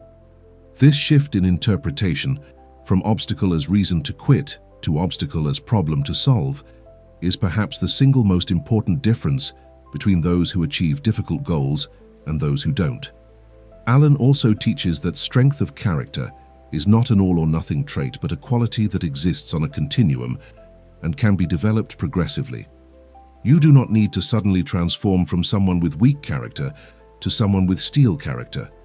You can begin wherever you currently are and strengthen your character gradually through consistent practice of the disciplines he describes. Each time you notice your attention has wandered from your purpose and you redirect it back, you perform one repetition in the gymnasium of character development. Each time you face a tempting distraction that would pull you away from your aim and you choose to decline it, in favor of maintaining focus, you add weight to the bar and build additional strength. Each time you encounter an obstacle on the path to your goal and you solve it, rather than quitting, you forge your character into something stronger and more capable than it was before. This progressive development means that you should not be discouraged if you currently lack the strength of character you would like to possess. This lack is not permanent destiny, but current condition that can be changed through the same practices that created strength of character in everyone who currently possesses it. Start with a clear aim that genuinely matters to you, even if it seems small or modest compared to the aims others pursue. Practice maintaining focus on that aim throughout each day, redirecting your attention back to it whenever you notice it has wandered. Persist through obstacles and setbacks by treating them as problems to solve rather than reasons to quit. Celebrate progress, learn from mistakes, and trust that the consistent application of these practices will gradually build the strength of character that seems to come naturally to those who have already done this developmental work. The magnetic quality that emerges from strong character also manifests in how you make decisions and allocate resources. The person without firm aim struggles with every decision because they have no clear criterion for evaluation. Every option seems potentially valid, every opportunity seems possibly worthwhile, and they waste enormous energy debating internally about what to choose while others race ahead with clear direction. The person with firm aim makes decisions rapidly and confidently because they have a simple criterion. Does this advance my purpose or not? Options that advance the purpose receive serious consideration. Options that do not receive instant dismissal, regardless of how attractive they might seem in isolation. This clarity eliminates decision fatigue and allows them to move forward quickly while others remain paralyzed by analysis. Alan understood that this capacity for rapid, confident decision-making is not recklessness or impulsiveness, but rather the natural consequence of having clear priorities. When you know what you are trying to accomplish and have committed to accomplishing it, most decisions become obvious because the correct choice is the one that advances you toward your goal. You do not need to agonize over whether to attend some social event or work on your project. If the event does not advance your purpose more effectively than working on your project would, the decision is made. You do not need to debate whether to invest in some opportunity or save your resources for your primary aim. If the opportunity is not clearly superior to what you have already committed to, the decision is made. This elimination of unnecessary decisions through clear purpose frees up enormous mental energy for the actual work of achieving your aims. The final element of Alan's teaching on strength of character concerns its relationship to reputation and influence. The person with strong character, developed through the practice of maintaining focused purpose, automatically builds a reputation for reliability and follow-through that becomes one of their most valuable assets. When they say they will do something, others believe them because they have demonstrated repeatedly that they do what they say they will do. When they commit to a project or partnership, others trust them because they have shown through consistent behavior that they maintain focus and persist through challenges. This reputation opens doors, creates opportunities, and attracts resources that would never be available to someone known for scattered attention and abandoned commitments, and the advantage this provides compounds over years and decades into dramatically different life outcomes. Alan teaches that you build this reputation not through deliberate image management or strategic self-promotion, but simply through the natural consequence of maintaining focused purpose over time. Your consistent behavior speaks louder than any words, and others learn through observation that you are someone who does what you say and finishes what you start. This reputation becomes a form of social capital that you can draw on when you need assistance, cooperation, or trust from others, and the value of this capital far exceeds any monetary wealth you might accumulate because it opens possibilities that money cannot purchase. The magnetic man with strong character attracts opportunities, assistance, and cooperation effortlessly, not through manipulation or salesmanship, but through the demonstrated evidence that he maintains focused purpose and achieves what he aims at, making him someone others want to work with and support. James Allen writes with stark clarity, "He who has conquered doubt and fear has conquered failure." This is not motivational hyperbole or exaggerated rhetoric designed to inspire temporary enthusiasm. This is precise observation of cause and effect in the domain of human achievement, stated with the economy and certainty of a mathematical proof. Doubt is the enemy that sabotages more dreams than any external obstacle ever could, the internal virus that corrupts your mental operating system and causes it to malfunction at critical moments when clear thinking and decisive action are most needed. While external obstacles are often visible, measurable and potentially surmountable through effort and strategy. Doubt operates invisibly in the depths of consciousness, undermining your efforts before they even begin by convincing you that success is unlikely, that your abilities are insufficient, that your chosen purpose is perhaps not worth the effort required to achieve it after all. Alan teaches us to recognize doubt not as a legitimate thought deserving consideration and debate, but as a virus deserving immediate elimination, a pathogen that has infected your mental system and must be quarantined before it spreads throughout your consciousness and paralyzes your capacity for effective action. This is a radical reconceptualization that transforms how you relate to doubt when it appears, which it inevitably will because doubt is part of the human condition that no one escapes entirely. The untrained response to doubt is to engage with it, to consider whether it might be valid, to debate internally about whether your doubts are well-founded warnings that should alter your course or irrational fears that should be dismissed. This engagement gives doubt time to establish itself more firmly in consciousness, to recruit supporting evidence from memory, to build a case against your purpose that becomes increasingly convincing the longer you entertain it. The trained response that Alan advocates is completely different. When doubt appears, do not argue with it, do not analyze it, do not give it any energy or attention whatsoever, simply look back at the target.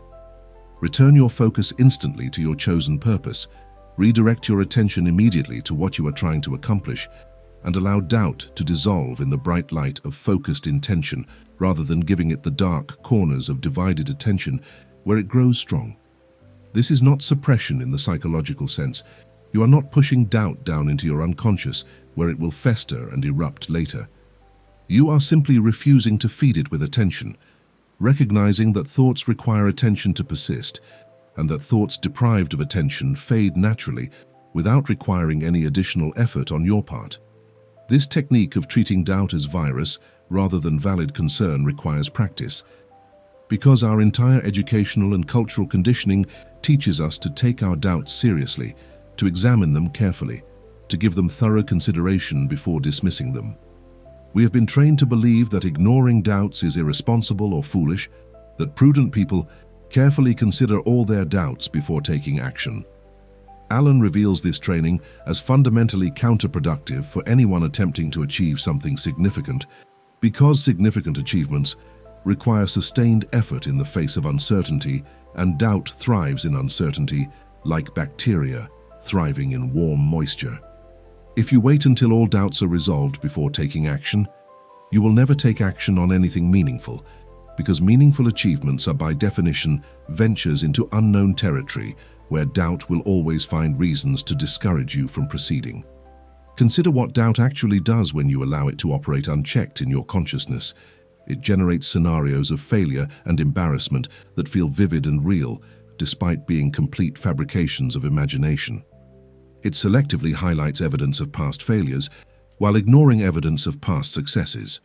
It magnifies obstacles until they seem insurmountable, while minimizing your capabilities until they seem insufficient. It whispers that other people are judging you, that failure will be humiliating, that perhaps you should play it safe rather than risk disappointment. None of this serves any useful purpose. It does not protect you from genuine danger or provide valuable information about reality. It simply drains your energy, undermines your confidence, and creates emotional states that make effective action more difficult. Alan teaches that doubt is the fog that obscures the target, making it seem farther away, less clearly defined, perhaps not even worth pursuing given how difficult the journey appears. When fog rolls in while you are driving, you do not stop driving and debate whether your destination is still there. You slow down perhaps, increase your concentration, but continue moving forward because you know the destination has not disappeared just because fog has made it temporarily invisible. Apply this same logic to doubt. When doubt obscures your mental vision of your purpose, do not stop pursuing that purpose and debate whether it is still worth pursuing. Simply maintain your focus and continue moving forward, recognizing that the purpose has not changed just because doubt has temporarily made it seem less clear or attractive. The conquest of doubt that Alan describes as prerequisite for conquering failure happens gradually through repeated practice of the technique he teaches. Notice doubt appearing, refuse to engage with it, immediately redirect attention back to your purpose. Initially, this will feel difficult and require conscious effort, because doubt has momentum from years of being treated as legitimate concern rather than mental virus. But with consistent practice, the pattern changes. You notice doubt appearing earlier, before it has time to build momentum. You redirect attention more quickly, without the internal debate that used to consume minutes or hours. Eventually, you reach a state where doubt still appears occasionally, but dissolves almost instantly, because you have trained your mind to refuse it attention automatically, the way your immune system automatically eliminates pathogens before they can establish infections. This trained response to doubt provides enormous advantages in every domain of life, because doubt appears in every domain where you attempt anything significant. The entrepreneur faces doubt about whether his business idea will succeed. The artist faces doubt about whether his work has value. The athlete faces doubt about whether he can win. The student faces doubt about whether he can master difficult material. In every case, the person who has learned Alan's technique of treating doubt as virus and immediately redirecting attention to purpose maintains forward momentum while others become paralyzed by internal debate. Over time, this difference in response to doubt creates dramatically different outcomes from what might have been similar starting points and abilities. Alan also teaches that fear operates similarly to doubt. It is fog obscuring the target, an internal state that makes obstacles seem larger and your capabilities seem smaller than they actually are. The relationship between doubt and fear is intimate. Doubt questions whether you can achieve your purpose, while fear imagines the consequences if you fail, and together they create a paralysis that prevents action more effectively than any external obstacle could. The conquest of fear follows the same method as the conquest of doubt. Recognize it as mental virus rather than legitimate warning. Refuse to engage with it through analysis or debate, and immediately redirect your attention to your chosen purpose. Fear, like doubt, requires attention to persist and will dissolve when consistently deprived of that attention. This does not mean you ignore legitimate dangers or fail to take reasonable precautions. Alan is not advocating reckless disregard for real risks. He is teaching you to distinguish between legitimate assessment of actual dangers, which is useful and necessary, and imaginary fears of unlikely disasters, which are useless and paralyzing. Most of what we call fear is the latter, vivid imagination of bad outcomes that have low probability of occurring, but high power to immobilize us through emotional impact.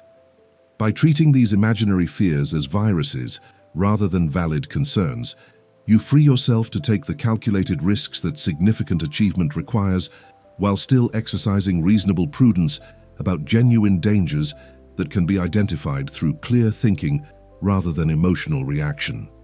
The conquest of doubt and fear that Alan describes is not a one-time achievement, but an ongoing practice.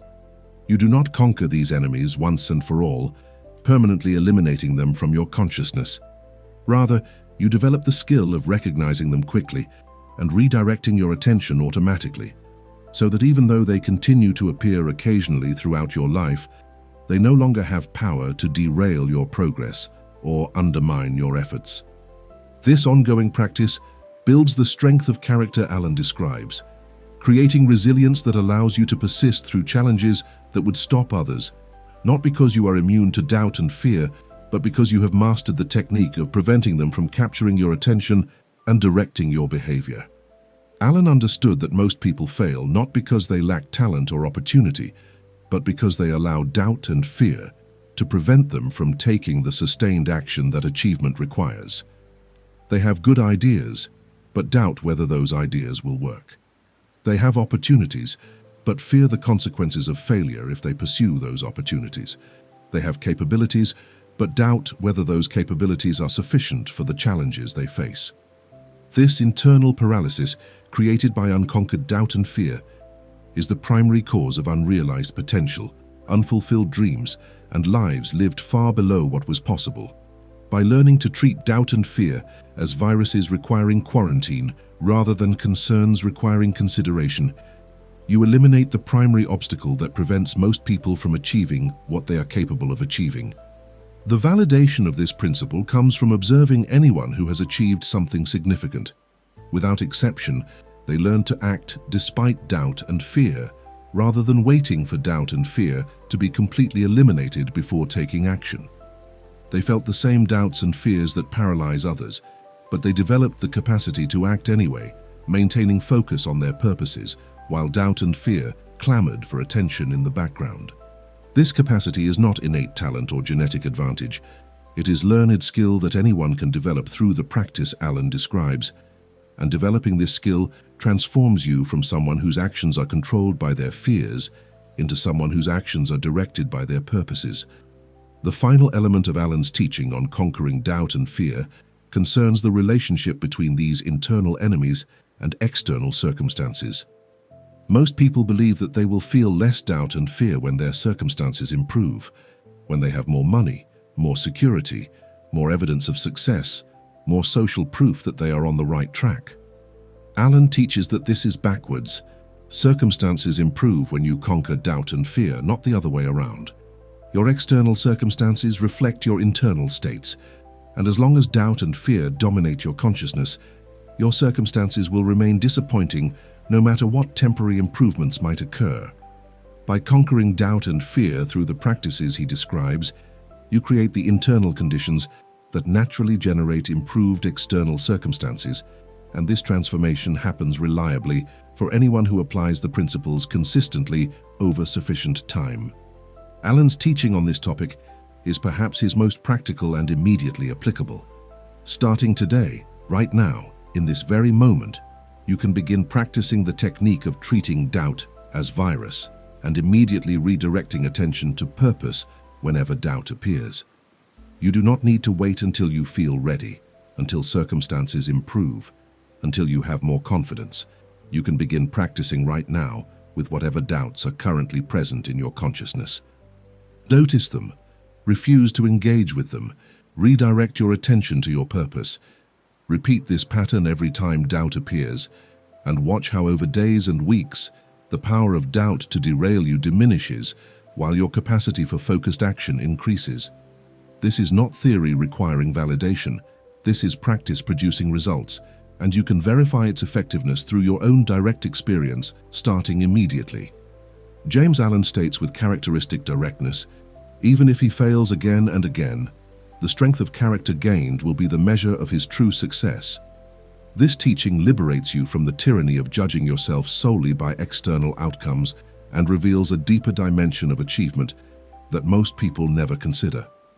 Do not worry if your aim is small at first, if your initial targets seem modest compared to the grand goals others appear to be pursuing, if you start with something that seems almost embarrassingly simple relative to what you imagine you should be accomplishing.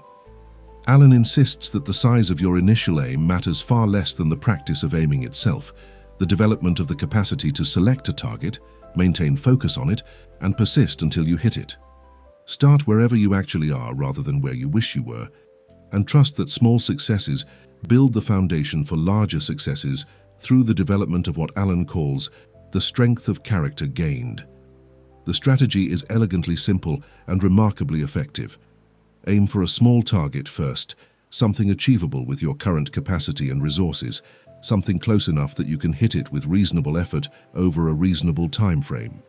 Hit that target through focused effort and persistent action, experiencing the satisfaction of achievement and the boost to confidence that comes from completing what you set out to accomplish. Then, aim for a slightly bigger target, one that requires you to stretch beyond what you have already proven you can do, but not so large that success seems impossible. Hit that target through the same focused effort that succeeded with the smaller target, building additional confidence and stronger habits of concentration. Continue this progressive pattern, small target to medium target to larger target to ambitious target, and you will discover that you can achieve aims that would have seemed completely impossible when you started, because you have built through practice the capacities required to achieve them. This gradual ascent that Alan advocates protects you from the discouragement that comes from attempting targets far beyond your current capacity. Many people select enormous, audacious goals that would require years of development to achieve, then become discouraged when initial efforts produce disappointing results, because they have not yet built the skills, habits, and character strengths that such goals require. They interpret these disappointing results as evidence that they lack what it takes to succeed, concluding that they should give up or lower their expectations or accept that they are not meant for significant achievement. Alan reveals this interpretation as completely wrong. The disappointing results are not evidence of inherent incapacity, but simply evidence that they attempted an advanced target before developing the foundational capacities that advanced targets require.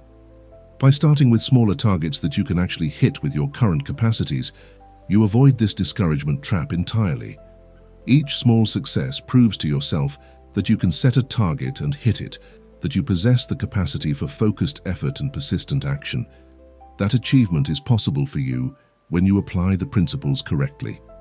This proof is invaluable because it contradicts the doubt that whispers you are incapable, that success is for other people, but not for you, that your attempts will inevitably end in failure. One small success is worth 1,000 affirmations or pep talks because it is evidence rather than opinion, reality rather than hope, something you have actually accomplished rather than something someone else told you that you might be able to accomplish. Alan teaches that this gradual ascent builds what he calls the muscle of success, the psychological and practical capacities that enable achievement of increasingly ambitious aims. Just as physical muscles grow stronger through progressive overload, lifting slightly heavier weights than you lifted before, your capacity for achievement grows stronger through progressive challenge, attempting slightly more difficult aims than you succeeded at before. This growth is not metaphorical. Actual neural pathways strengthen through repeated success. Actual confidence increases through accumulated evidence of capability. Actual skills develop through progressive practice at increasingly challenging levels. You become literally and measurably more capable over time through this process of graduated difficulty, and this increase in capacity enables you to achieve aims that were genuinely beyond your capability when you started. The beauty of this approach is that it makes success inevitable if you persist with patience, because you are always aiming at targets that are within reach if you maintain focus and apply reasonable effort. You are not attempting impossible leaps that require extraordinary luck or exceptional circumstances to succeed. You are taking measured steps up a ladder, where each rung is reachable from the previous rung, and the accumulation of these measured steps eventually carries you to heights that would have seemed inaccessible from the ground. This patient, progressive approach lacks the dramatic appeal of attempting to leap directly to great achievement, but it produces far more reliable results because it respects the reality that capacity must be built before it can be exercised at high levels. Alan also teaches that the strength of character gained through this progressive process is more valuable than any specific achievement because it is transferable to other domains and permanent rather than temporary. When you build the capacity to set a target and hit it through focused effort, you have developed a meta skill that you can apply to any target you subsequently choose. When you prove to yourself that you can persist through challenges and adjust your approach based on feedback until you succeed, you have developed resilience that serves you in every area of life. When you strengthen your ability to maintain focus despite distractions and resist temptations that would divert you from your purpose, you have built mental discipline that enhances everything you attempt. These capacities remain with you regardless of what specific goals you are currently pursuing, making you fundamentally more capable as a human being. This emphasis on character development over outcome achievement transforms how you measure success and evaluate progress. The untrained perspective judges success solely by external outcomes. Did you make the money, win the award, achieve the recognition, obtain the position? This outcome-only perspective creates anxiety because outcomes are not entirely within your control. Luck, timing, and circumstances beyond your influence play significant roles in determining outcomes. The trained perspective that Alan teaches judges success primarily by character development. Did you maintain focus despite distractions, persist through setbacks, learn from failures, build stronger capacities? This character-focused perspective creates confidence because character is within your control. You can choose to focus, to persist, to learn, to develop, regardless of what outcomes occur in the short term. Alan does not advocate ignoring outcomes or pretending that results don't matter. He is far too practical and reality-based for such delusion. He teaches that character development and outcome achievement are connected by natural law. Build the character and the outcomes follow inevitably, while attempting to achieve outcomes without building character leads to frustration and failure. This understanding allows you to focus on what you can control, your character development through focused effort, while trusting that what you cannot fully control, specific outcomes, will take care of itself when you have built sufficient character to deserve and sustain success. This trust is not blind faith but recognition of how natural law operates. You cannot harvest crops without planting seeds and tending the garden, but when you do plant and tend faithfully, harvest follows as reliably as spring follows winter. The gradual ascent Alan advocates also protects you from the dangerous trap of premature success, achieving external outcomes before you have developed the character required to sustain them. Many people who achieve rapid success through luck or circumstances or unusual opportunities find themselves unable to maintain that success because they never developed through gradual progression the capacities required to handle the challenges that success brings. They are like lottery winners who squander millions because they never learned money management, or celebrities who self-destruct because they never developed emotional stability. By climbing the ladder gradually rather than attempting to skip rungs, you ensure that your character development keeps pace with your outcome achievement, giving you the foundation required to sustain whatever success you build. Alan's teaching on this topic culminates in a profound realization.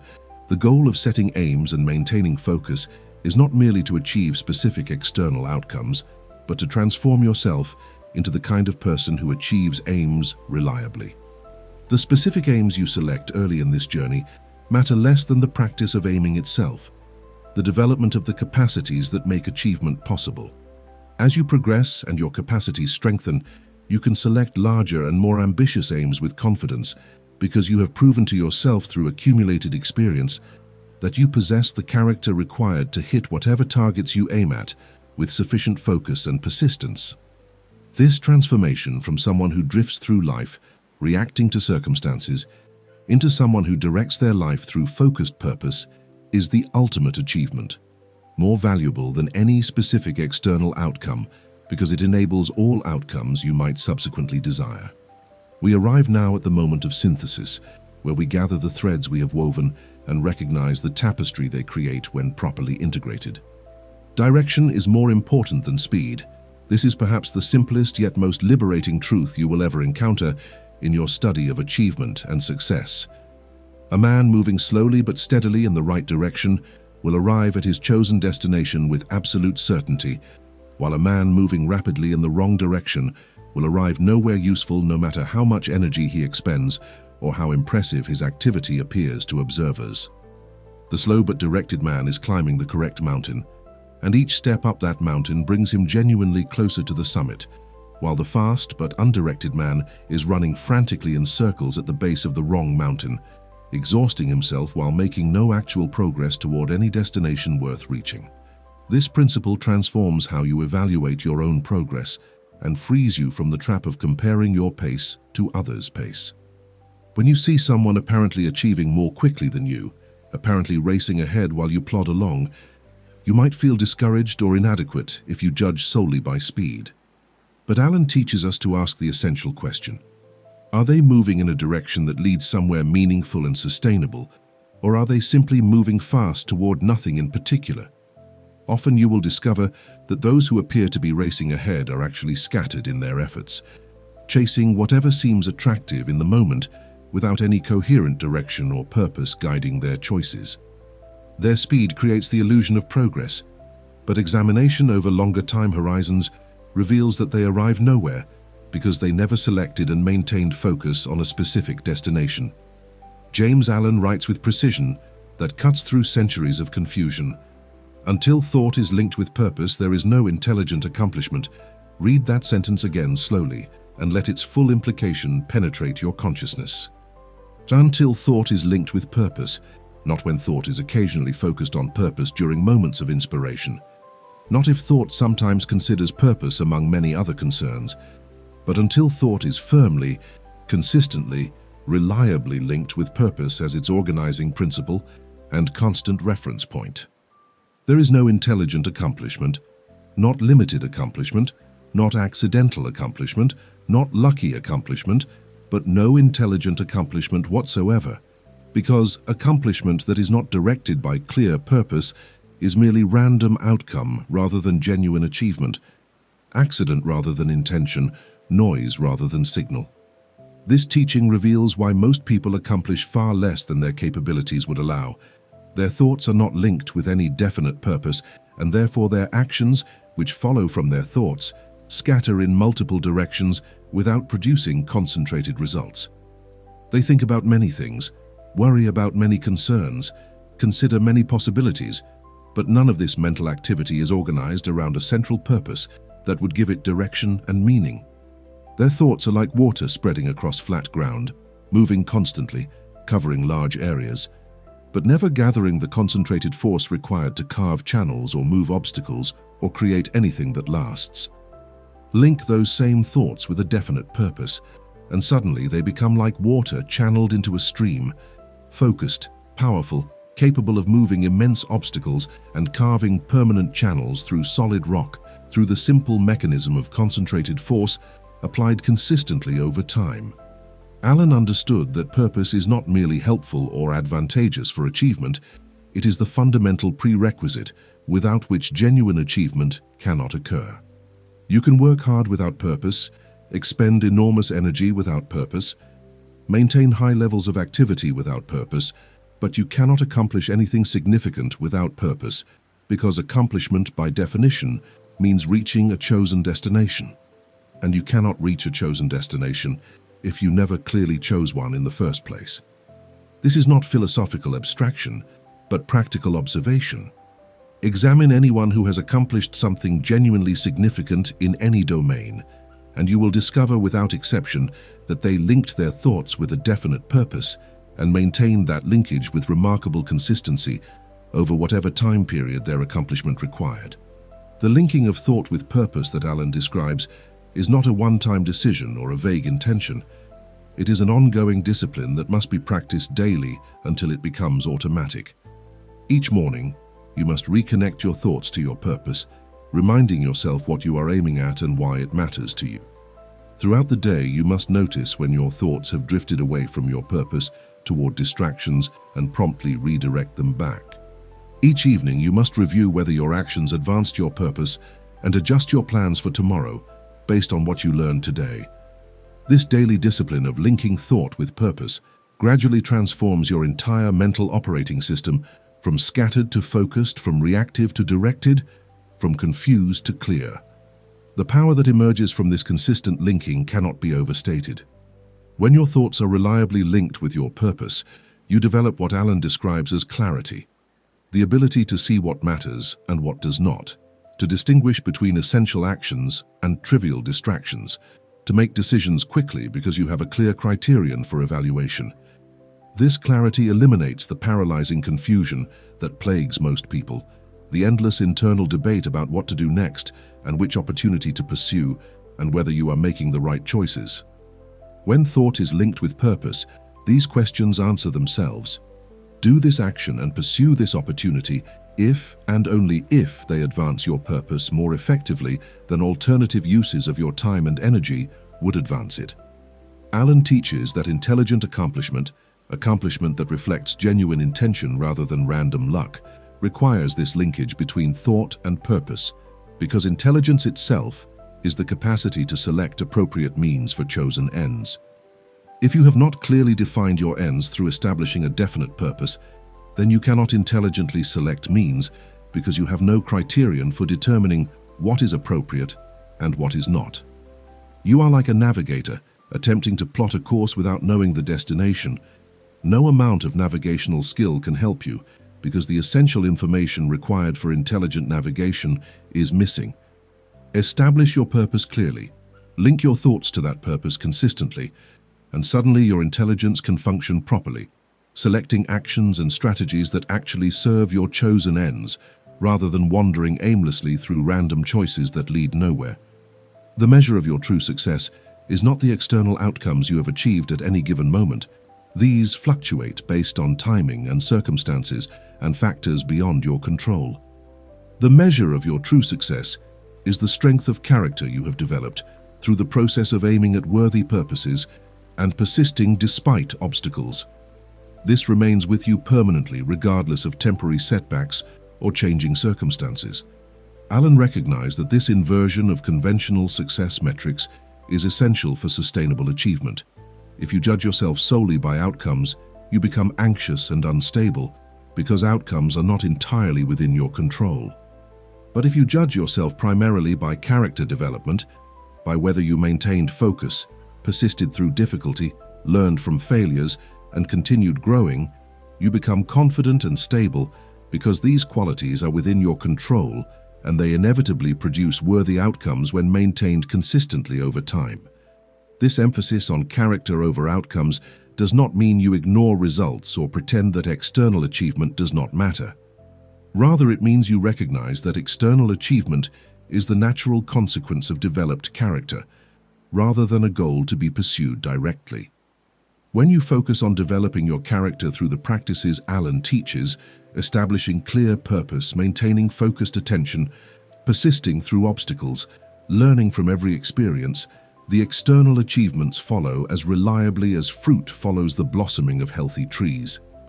But if you attempt to grab the fruit directly, without first growing the tree, you will find yourself frustrated and empty-handed, wondering why success eludes you despite your efforts. The moment has arrived for you to make a choice that will determine whether this video becomes merely another piece of content you consumed and forgot, or whether it becomes the pivot point where your life changed direction permanently. Pick your target right now, not tomorrow, not after you think about it more carefully, not when conditions seem more favorable.